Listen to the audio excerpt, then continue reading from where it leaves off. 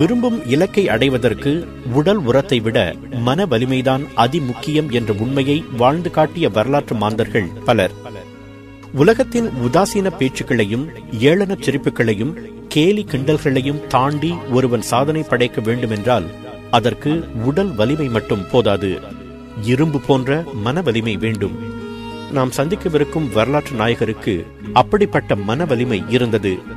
இல்லையென்றால் பிறந்த போதே ஆரோக்கியம் இல்லாமல் இருந்து ஒழுங்காக பள்ளிக்கூடம் செல்லாமல் குண்டர் கும்பல்களில் சேர்ந்து எங்கெல்லாம் சண்டை நடக்குமோ அங்கெல்லாம் இருந்த ஓர் இளைஞனுக்கு தற்காப்பு கலையில் சாதனை செய்ய வேண்டும் என்ற கனவும் ஒரு சிறந்த நடிகனாக வர வேண்டும் என்ற ஆசையும் உதித்திருக்காது. பல இன்னல்களை கடந்து தனது கனவுகளை நனவாக்கவும் முடிந்திருக்காது. 1959 ஆண்டு சராசரிக்கும் குறைவான உயரத்தோடும் ஒல்லியான தேகத்தோடும் அமெரிக்க மண்ணில் வந்திறங்கினான் அந்த 18 வயது இளைஞன். அப்போது John Wayne, James Dean, Charles Atlas போன்ற நடிகர்கள் புகழின் உச்சியில் இருந்தனர். ஆனால் பார்ப்பதற்கு சாதாரணமாக இருந்த அந்த இளைஞன் என்ன சொன்னான் தெரியுமா? அந்த ஆக்ஷன் கதாநாயகர்களுக்கெல்லாம் நான் தான் மாற்று என்று துணிந்து சொன்னான். அப்போது அமெரிக்கர்கள் மட்டுமல்ல, அந்த இளைஞனின் சமூகம் கூட அவனை ஏளனமாக பார்த்தது. ஆனால் ஏளனங்களை ஏணிப்படிகளாக்கி அடுத்த 14 ஆண்டுகளில் வெற்றி கொடி நாட்டி சினிமா என்ற வாகனத்தின் மூலம் தற்காப்பு கலைக்கு உலகளாவிய அங்கீகாரம் பெற்று தந்தார் அந்த தற்காப்பு கலை வல்லுநர், திரைப்பட நடிகர். அவரது பெயர் ப்ரூஸ் லீ. 1940 ஆண்டு நவம்பர் 27 தேதி அமெரிக்காவின் சான் பிரான்சிஸ்கோ மாநிலத்தில் பிறந்தார் ப்ரூஸ் லீ. பிறந்த போது அவருக்கு இடப்பட்ட பெயர் லீ யுவான் காம். அவரது தந்தை லீ ஹாய் ஒரு சீனர், தாயார் கிரேஸ் ஐரோப்பியர். சிறுவயதில் ஹாங்காங்கில் வாழ்ந்தது ப்ரூஸ் லீயின் குடும்பம். அங்கே பெரும்பாலான பையன்கள் தெருக்களில்தான் பொழுதை கழிப்பார்கள். அப்படி நிறைய நேரத்தை கழித்த ப்ரூஸ் லீக்கு சண்டை போடுவதில் இருந்த ஆர்வம் படிப்பில் இல்லை. மேலும் சுமார் 20 சீன படங்களில் குழந்தை நட்சத்திரமாக தோன்றும் வாய்ப்பு அவருக்கு கிடைத்தது.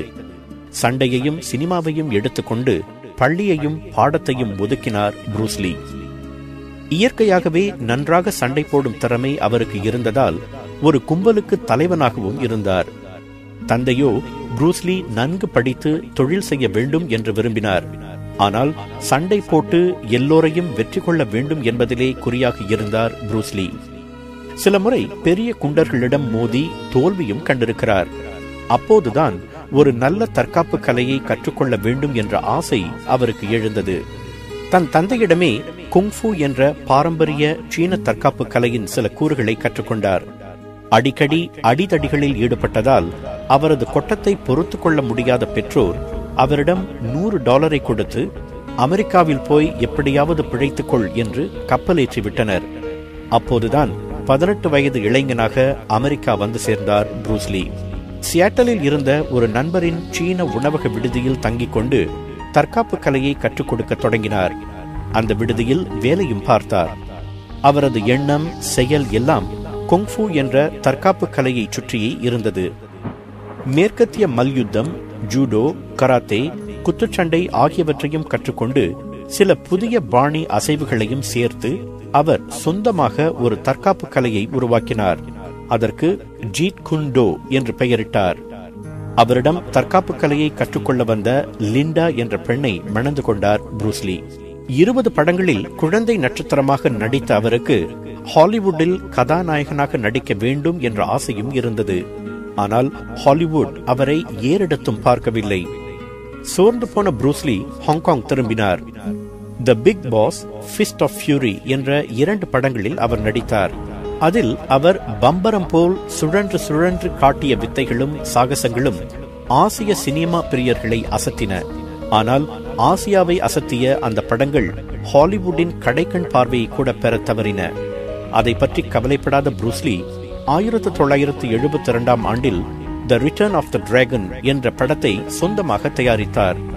சினிமாவின் மந்திரங்களை ஓரளவுக்கு புரிந்து கொண்டிருந்த அவர் திரைக்கதையை தானே எழுதி படத்தை இயக்கவும் செய்தார்.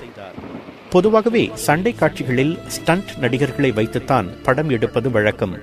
ஆனால் ப்ரூஸ் லீயோ கேமரா வித்தைகள் இல்லாமல் அதிவேகமாக அதே நேரத்தில் தத்ரூபமாக சண்டை போடக்கூடிய திறமைசாலி என்பதை அந்த படம் அமெரிக்கர்களுக்கு உணர்த்தியது. அதுவரை ஆசிய இளையர்கள் மட்டும் புரூஸ்லியின் விசிறிகளாக இருந்தனர். அந்த படத்திற்கு பிறகு அமெரிக்க இளையர்களும் அவரது வெறித்தனமான விசிறிகளாயினர். அந்த படம் தந்த வெற்றி களிப்பில் கேம் ஆஃப் டெத் என்ற தனது அடுத்த படத்துக்கான வேலையை ஆரம்பித்தார் புரூஸ்லி. அவரது பிரபலத்தையும் வசீகரத்தையும் உணர்ந்து கொண்ட ஹாலிவுட் தயாரிப்பாளர்கள் ஓடோடி வந்து தங்களுக்காக படம் எடுக்க வேண்டினர். ஹாலிவுட்டில் நடிக்க வேண்டும் என்பதை வாழ்நாள் லட்சியமாக கொண்டவராயிற்றே அவர். உடனே தனது சொந்த படத்தை தள்ளி போட்டுவிட்டு ஹாலிவுட்டுக்காக என்டர் த டிராகன் என்ற படத்தை எடுக்க தொடங்கினார். அசுர வேகத்தில் நடைபெற்ற படப்பிடிப்பு, ரீ ரெக்கார்டிங், எடிட்டிங் வேலைகள் அனைத்தும் 2 மாதங்களில் முடிவடைந்தன. அந்த படம் திரைக்கு வர 3 வாரங்களே இருந்தபோது எதிர்பாராத ஓர் அசம்பாவிதம் நிகழ்ந்தது. 1973 ஆண்டு ஜூலை 20 தன் மனைவி லிண்டாவிடம் விடை பெற்றுக் கொண்டு முடிக்கப்படாமல் இருந்த கேம் ஆஃப் டெத் என்ற திரைப்படத்தை பற்றி விவாதிக்க வெளியில் சென்றார் புரூஸ்லி. அன்று இரவே மர்மமான முறையில் அவர் இறந்து போனார். அப்போது அவருக்கு வயது 33 தான். அவர் இறந்தது பெட்டி டிங் பேய் என்ற ஓர் நடிகையின் வீட்டில். அதனால் அவரது மரணம் குறித்து பல வதந்திகள் எழுந்தன. பல ஆண்டுகளாக தலையில் விழுந்த அடியால் மூளை வீங்கி அவர் இறந்து போனார் என்று மருத்துவர்கள் கூறினர். உண்மையை கண்டுபிடிக்க ஹாங்காங் அரசாங்கம் ஒரு விசாரணை குழுவை நியமித்தது. ஆனால் இன்று வரை புரூஸ்லி இறந்ததற்கான உண்மையான காரணம் தெரியவில்லை. அவரது மரணத்துக்கு பிறகு வெளிவந்த என்டர் த டிராகன் படம் சக்கை போட்டு $200 மில்லியன் வசூலை அள்ளி குவித்தது. உலகெங்கும் பல இளையர்கள் கராத்தே பைத்தியமானார்கள். மூலை முடுக்குகளிலெல்லாம் கராத்தே பள்ளிகள் முளைத்தன. இவ்வாறு உலக இளையர்களின் கவனத்தை தனி ஒரு மனிதனாக தற்காப்பு கலை பக்கம் திருப்பிய பெருமை புரூஸ்லியையே சாரும். வரலாற்றின் எந்த காலகட்டத்தையும் விட 70களில்தான் மிக அதிகமான இளையர்கள் தற்காப்பு கலை பள்ளிகளில் சேர்ந்து பயின்றனர் என்ற உண்மையே அதற்கு சான்று. தன் கனவை நனவாக்க அயராது பாடுபட்டவர் புரூஸ்லி. உடல்தான் தனது மூலதனம் என்று நம்பிய அவர் அதை ஒரு கோவிலாகவே வழிபட்டார். தினசரி ஓடுவது, எடை தூக்குவது என்று தனது உடலை வலுப்படுத்திக் கொண்டதோடு வைட்டமின்கள், ஜின்செங், ராயல் ஜெல்லி போன்றவற்றையும் உட்கொண்டு உடலை திடமாக வைத்துக் கொண்டார். சுவர் இருந்தால்தான் சித்திரம் என்ற சொற்றொடரை அவர் நன்கு புரிந்து கொண்டிருக்க வேண்டும். அகால மரணம் அவர் ஆயுளை குறைக்காமல் இருந்திருந்தால் சினிமாவிலும் தற்காப்பு கலையிலும் இன்னும் மிகப்பெரிய வெற்றிகளை குவித்திருப்பார் புரூஸ்லி. 33 ஆண்டுகளே வாழ்ந்தாலும் அர்த்தமுள்ள வாழ்க்கை வாழ்ந்திருக்கிறார் அவர். குண்டர் கும்பலில் இருந்தாலும் ஒழுங்காக படிக்காவிட்டாலும் தான் தேர்ந்தெடுத்த துறையில் அவர் செலுத்திய முழு கவனமும், காட்டிய ஆர்வமும், கொட்டிய உழைப்பும், சிந்திய வியர்வையும் தான் அவருக்கு அத்தனை சிறிய வயதிலேயே அந்த வானத்தை வசப்படுத்தின.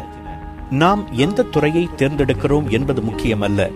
தேர்ந்தெடுத்த பிறகு அந்த துறைக்கு முழு கவனம், ஆர்வம், உழைப்பு, வியர்வை ஆகியவற்றை தருகிறோமா என்பதுதான் முக்கியம். அவ்வாறு தந்தால் எந்த வானம் வசப்படாமல் போகும்?